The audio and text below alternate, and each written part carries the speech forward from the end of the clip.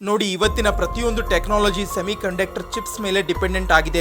ಭಾರತ ಇವತ್ತಿಗೂ 80 to 90% chips ಹೊರಗಿನಿಂದ ಆಮದು ಮಾಡಿಕೊಳ್ಳುತ್ತೆ. ಆದರೆ ಈಗ ಇದೇ ಡಿಪೆಂಡೆನ್ಸಿಯನ್ನ ಕಡಿಮೆ ಮಾಡಲಿದೆ ಟಾಟಾ ಎಲೆಕ್ಟ್ರಾನಿಕ್ಸ್. ಗುಜರಾತ್ನ ಧೋಲೆರಾದಲ್ಲಿ ನಿರ್ಮಾಣ ಆಗಲಿದೆ commercial semi conductor fabrication facility.